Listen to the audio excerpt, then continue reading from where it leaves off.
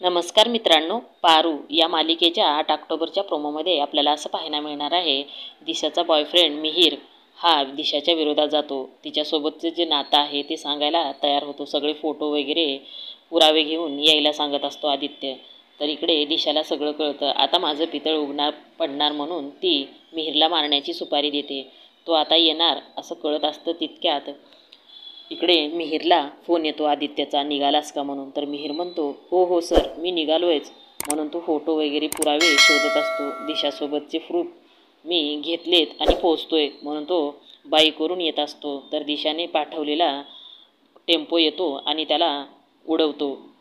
तो मेला म्हणून ती माणसं लगेच दिशाला फोन करून म्हणतात, तुमचं काम झालंय. इकडे पारू प्रियाच्या गावी चाललेली असते. ती पण खूप घाबरलेली असते, विचार करत असते. तर तिच्या गाडीचाही पाठलाग कोणीतरी करत असतं.